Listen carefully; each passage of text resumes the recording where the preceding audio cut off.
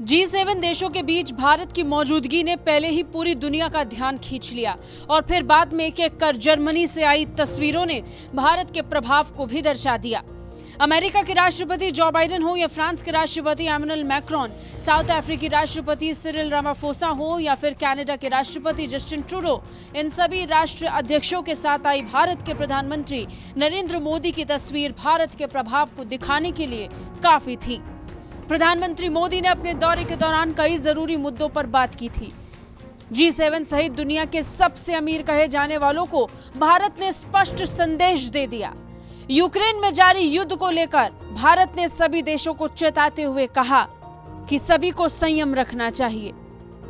रूस यूक्रेन युद्ध को लेकर भारत क्या सोच रहा है, इस पर बोलते हुए पीएम मोदी ने कहा कि सभी को संघर्ष को बातचीत और शांति के माध्यम से शांतिपूर्ण तरीके से संबोधित करने की जरूरत है। वहीं प्रधानमंत्री मोदी ने भारत को वैश्विक खाद्य, स्वास्थ्य और ऊर्जा संकट के समाधान प्रदाता के रूप में पेश किया। वैश्विक नेताओं से मुलाकात के दौरान पीएम ने कई मुद्दों को उठाया। यात्रा इतनी सफल रही कि इतने दिन बीत जाने के बाद भी इसे लेकर चर्चा जोरों पर है। पीएमओ द्वारा ट्वीट किया गया कि प्रधानमंत्री नरेंद्र मोदी और राष्ट्रपति जोकोविक के बीच एक उपयोगी बैठक हुई। उनकी बातचीत से भारत और इंडोनेशिया के बीच व्यापक रणनीतिक साझेदारी को मजबूती मिलेगी। दोनों नेताओं ने कनेक्टिविटी और व्यापारिक संबंधों को बढ़ावा देने के तरीकों पर चर्चा की। न सिर्फ इंडोनेशिया बल्कि साउथ अफ्रीका समेत यूरोपीय देशों के कई राष्ट्रीय अध्यक्षों के साथ प्रधानमंत्री नरेंद्र मोदी ने चर्चा की।